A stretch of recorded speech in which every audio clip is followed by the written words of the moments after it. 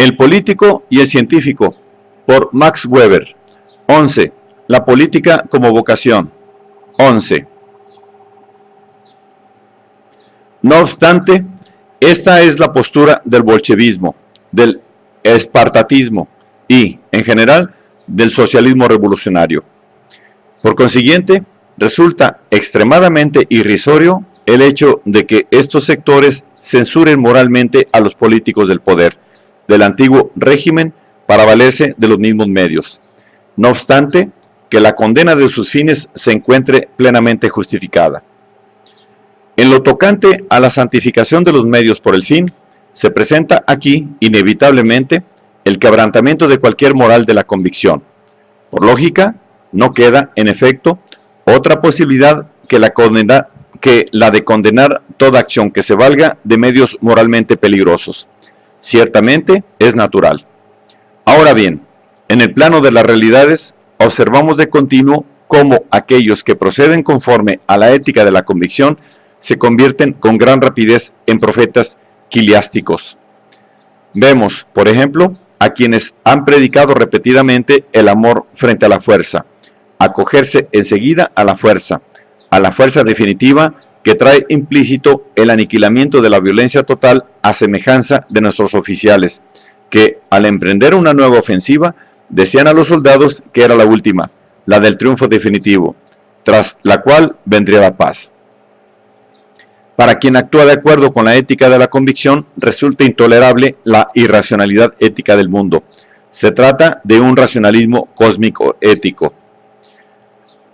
Al respecto, todo aquel que haya leído a Dostoyevsky recordará sin duda la escena del Gran Inquisidor, en la cual se plantea este problema en términos muy profundos. No podemos meter en un mismo saco a la ética de la convicción y a la ética de la responsabilidad.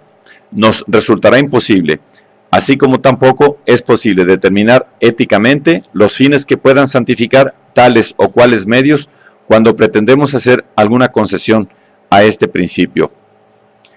F.W. Forster, colega por quien profeso en lo personal gran estima por la indudable sinceridad de sus convicciones, aunque considerándolo como político me resulta inaceptable, está persuadido en su célebre libro de que ha de salvar esta dificultad recurriendo a la simple tesis de la cual se desprende que de lo bueno solo puede derivarse el bien y de lo malo únicamente lo malo. Si así fuese, no surgiría, claro está, el problema. Pero es inaudito que semejante tesis pueda todavía salir a la luz en la actualidad, 2500 años después de los Upanishads.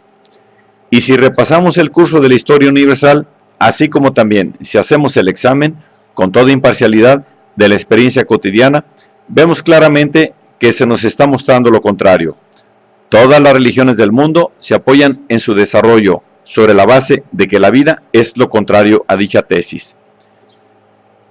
El problema inicial surgido de la Teodicea estriba en cómo es posible que un poder supuestamente infinito y bondadoso al unísono haya podido crear este mundo irracional de inmerecido sufrimiento, de injusticia con impunidad y de irremediable insensatez. Así pues, o no es todopoderoso o carece de bondad, o quizá la vida está regida por principios de equilibrio y de sanción, de modo que en la tarea de querer interpretarlos únicamente puede ayudar la metafísica, a no ser que estén sustraídos eternamente a nuestra interpretación. Todas las manifestaciones religiosas han estado impulsadas por la fuerza de esta cuestión de la irracionalidad.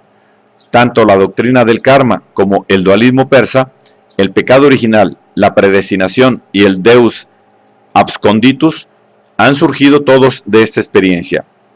Los cristianos primitivos sabían también, ni más ni menos, que los demonios gobernaban el mundo. Asimismo, estaban convencidos de que todo aquel que se daba a la política, mejor dicho, que se valía del poder y la violencia, era porque tenía un pacto con el diablo. Por consiguiente, la realidad es que, en su dinamismo, ya no es lo bueno lo que solo produce el bien y lo malo el mal, sino que a menudo suele ocurrir a la inversa. No darse cuenta de esto en el plano de la política es pensar puerilmente. Todas las éticas surgidas de la corriente religiosa se han adaptado de diferentes maneras al hecho de que los seres humanos vivimos insertos en distintos ordenamientos vitales, regidos por leyes que difieren entre sí. En el politeísmo helénico vemos que se ofrecían sacrificios tanto a Afrodita como a Hera, a Apolo como a Dionisos, porque se consideraba que no había nada de sorprendente en los conflictos entre aquellas deidades. En el ordenamiento hindú, cada profesión era objeto de una ley ética especial, de un dharma, en cuya virtud cada una permanecía separada de la otra, todas en castas diferentes. El ordenamiento las situaba en determinada jerarquía fija. Ningún nacido en ella podía escapar más que por el renacimiento en la nueva vida inmediata. De este modo, quedaban a distancias diferentes de los sumos bienes de la salvación religiosa. Así se tenía la posibilidad de formar el Dharma en cada casta, ya se tratara de ascetas o brahmanes, de rateros o prostitutas, pasando por todas y cada una, conforme a la legalidad inherente privativa de cada profesión. En el Bhagavad Gita pueden ustedes dar con la guerra. En el diálogo que sostienen Krishna y Arjuna, ubicada entre la totalidad de los ordenamientos vitales. Haz lo que sea necesario. Así reza el Dharma de la casta de los guerreros, con respecto a la labor obligatoria, lo objetivamente esencial, acorde con los propósitos de la guerra. Por lo que se refiere al hinduismo, ella no es ningún obstáculo en la salvación religiosa, antes bien la refuerza. El guerrero hindú, muerto con heroicidad, tenía el cielo de Indra absolutamente asegurado, del mismo modo que para los germanos lo estaba el Valhalla. En cambio, le habría resultado despreciable el nirvana, tanto como para los germanos lo era el cielo del cristianismo y sus coros de ángeles. Tal particularidad propició a la ética hindú un tratamiento del verdadero arte de la política, falta de quiebras, merced a que se concreta a seguir las leyes que a ellas se refieren y hasta la refuerza. El maquiavelismo, tendencia en verdad radical, en el sentido que se suele dar a la expresión, está sin duda representado en la literatura hindú por el Arthashastra de Kautila, perteneciente a épocas anteriores a nuestra era y contemporáneo, probablemente de Chandragupta. Junto a él, el príncipe de Maquiavelo resulta ingenuo. Como es notorio, la ética de la que el profesor Forster se encuentra muy cerca, considera en sus Concilia Evangelica una ética especial destinada a aquellos a quienes Dios les ha concedido el carisma de la santidad. Entre estos se cuentan, además del monje, que no debe derramar sangre ni perseguir beneficios, el caballero cristiano y el ciudadano devoto, a quienes sí les está permitido tanto lo uno como lo otro. En el hecho de aplicar escalonadamente la ética y de integrarla en una doctrina de la salvación, queda al descubierto que aquí se es menos consecuente, comparándola con la de la India. Pero eso no podía ni debía ser de otro modo ante las hipótesis de la fe cristiana. Dada la corrupción del mundo a consecuencia del pecado original, era fácil introducir la violencia en la ética, como medio de oponerse al pecado y a las herejías que ponen en peligro el alma. Todas las exigencias acósmicas consignadas en el Sermón de la Montaña corresponden a la ética pura de la fe y del derecho natural que las sustentan, basadas en prescripciones definitivas a través de las cuales mantuvieron, a pesar de todo, su vigor revolucionario para emerger decisivamente a la superficie de las contiendas en casi la totalidad de los tiempos de virulencia social. De aquí dimanaron, en forma indudable, las sectas tanto radicales como pacifistas, entre las cuales se nos presenta la de Pensilvania, con su doctrina instauradora de un Estado que omitiría para sus fines el uso de la fuerza frente a los fenómenos exteriores.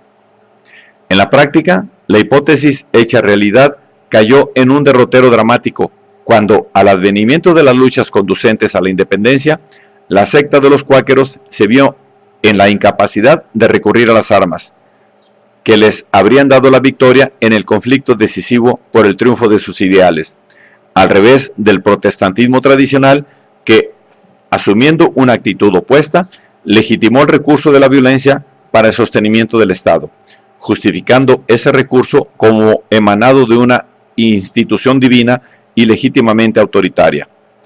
Lutero no cargó sobre el individuo, en particular, la responsabilidad moral de la guerra, al hacer que aquella recayese sobre los hombros de la autoridad, a la que es obligado a obedecer sin que por ello el individuo resulte culpable. La doctrina de Calvino, a su vez, asumió la fuerza como medio básico de legitimidad para la defensa de la fe. Esto es, consideró la guerra de religión tan necesaria para su justificación como en su tiempo lo fue para el Islam, una necesidad vital. En este punto puede advertirse que no es la pérdida de la fe, advenida en el culto renacentista por el héroe, la que ha dado origen a los problemas de la ética política. La historia de todas las religiones acota que se han valido de la fuerza, con variada fortuna, siguiendo la misma conducta que se acaba de exponer. La peculiaridad genérica de los problemas éticos propios de la política está condicionada únicamente por los recursos específicos dados en la violencia legítima puesta al servicio de tal o cual conjunto social. De esta suerte, quien quiera que utilice este arbitrio, no importando cuál sea el fin, de acuerdo con sus necesidades políticas, queda condenado a responder por las consecuencias que de ellos se deriven, y caerá esta condena en forma muy especial sobre quien luche por su fe, sea esta religiosa o no.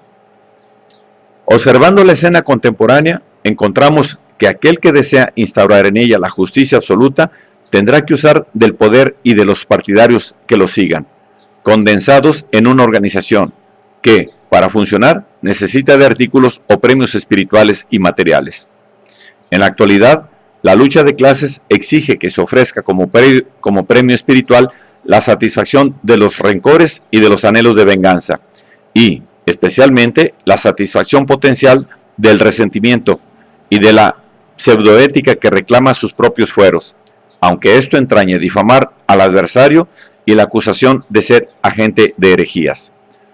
Como medios materiales, deberá tener a su alcance el ofrecimiento del triunfo mediante la aventura conducente a la apropiación del botín y las prebendas conexas al uso del mismo.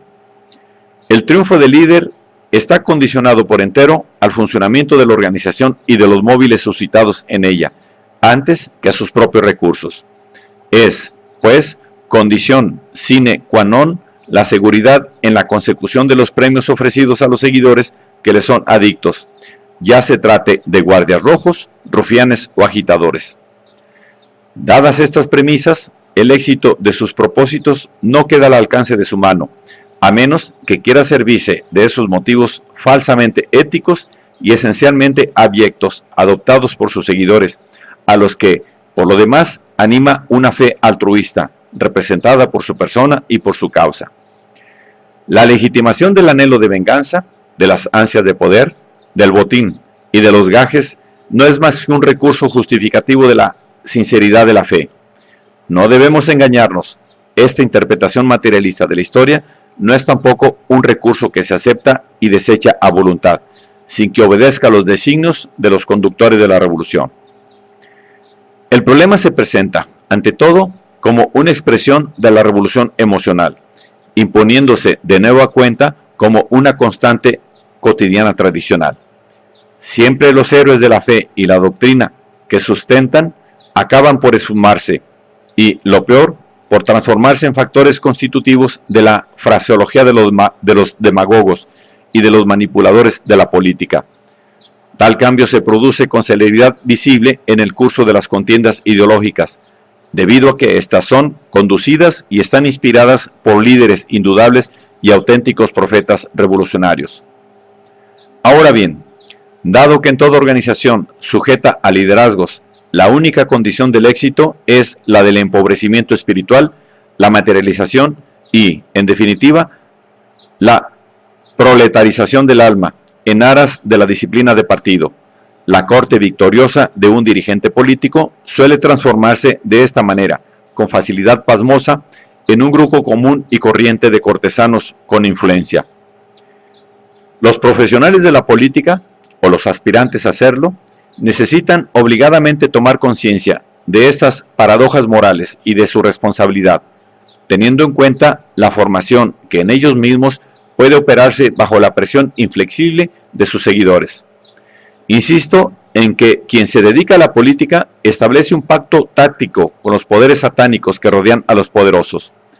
Para sustraerse a este designio, los grandes virtuosos del amor al prójimo y del bien acósmico de Nazaret, de Asís o de los palacios reales de la India, no se inmiscuyeron en los medios políticos, no actuaron dentro del poder.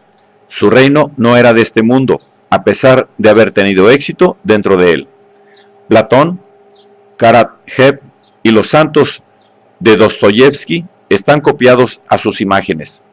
Quien busque la salvación de su alma y la redención de las ajenas, no la encontrará en los caminos de la política, cuyas metas son distintas y cuyos éxitos solo pueden ser alcanzados por medio de la fuerza. Los genios o los demonios de la política viven en pugna interna con el Dios del amor, así se trate del Dios cristiano en su evocación eclesiástica. Y esa pugna puede convertirse en cualquier momento en insoluble conflicto. Esta experiencia la conocían los contemporáneos de la hegemonía eclesiástica.